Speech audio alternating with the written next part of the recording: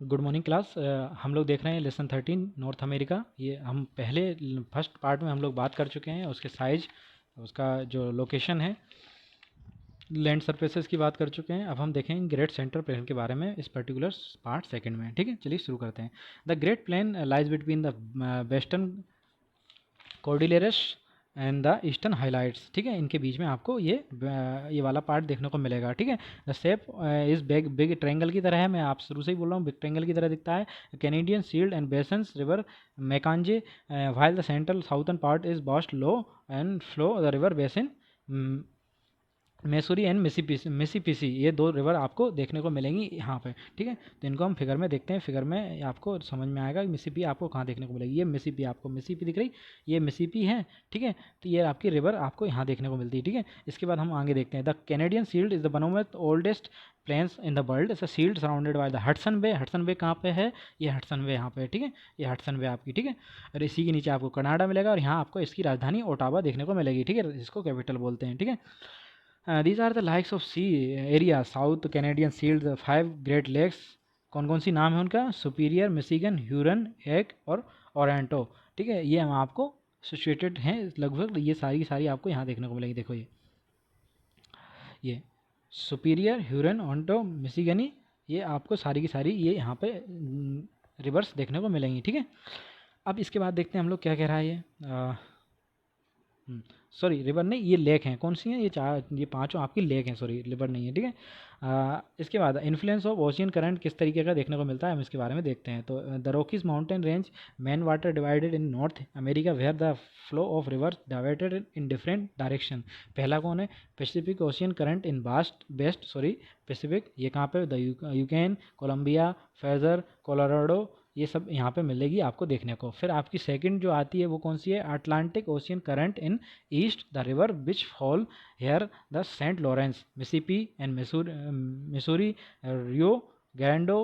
ठीक है, Mississippi reverse ये आपको इस वाले रीजन में देखने को मिलेंगी। फिर आर्कटिक करंट ये कहाँ पे देखने को मिलेंगी आपको? मैकांजी और चर्चिल और नेल्सन में। ठीक है, मैकांजी, चर्चिल और नेल्सन में देखने को मिलेंगी। ठीक है, अब इसके बाद आता है बात क्लाइमेट की। क्लाइमेट कितने प्रकार का है North America? Climate, there are 4 factor affected the climate.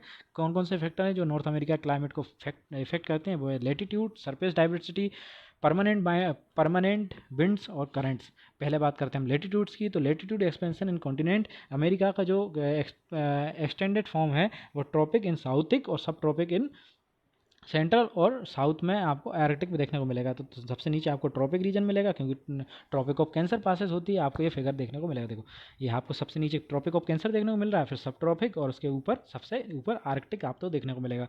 तो इसको हम लोगों ने ये इसमें कहने की बात की है इस रीजन में। आई होप आप उसको रिलेट कर सकें उस चीज़ से। ठीक है, तो there are southern part comparatively hot.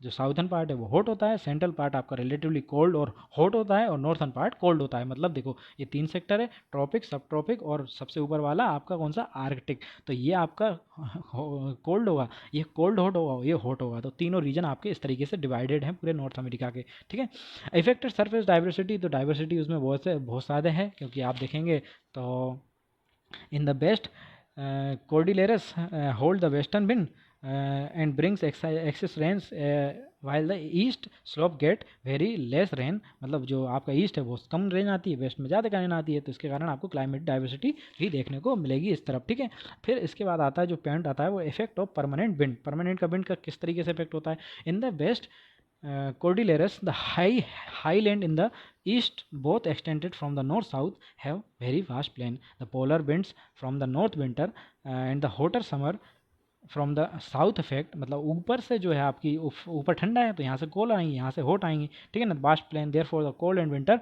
Hot in summer. Cold winter में बहुत ज़्यादा कोल्ड, आपको समर में बहुत ज़्यादा हॉट देखने को मिलेगा। अब इसके बाद आता है पॉइंट कौन सा? Effect of currents. करंट्स का क्या इफेक्ट होता है? तो the hot and cold currents flow near coast affected the climate most. The gulf of stream, आपको गल्फ ऑफ स्टीम दिखाया था मैंने फिर में, एक और बार रिलेट करिए। गल्फ ऑफ स्टीम, ये गल्फ ऑफ मैक्सिको है, यहीं पे आपको गल्फ ऑफ स्टीम गल्फ यहाँ से मूव करती हुई दिखेंगी। ठीक है, यहाँ पे लेब्राडोर वाली दिखेंगी आपको मूव करती हुई। ठीक है, इसमें एक फिगर दिया होगा ये वाला, ये देखो ये आपको ये दिख रही है मूव करती हुई। ठीक है ना, तो इस तरीके का ये माहौल रहता है पूरा।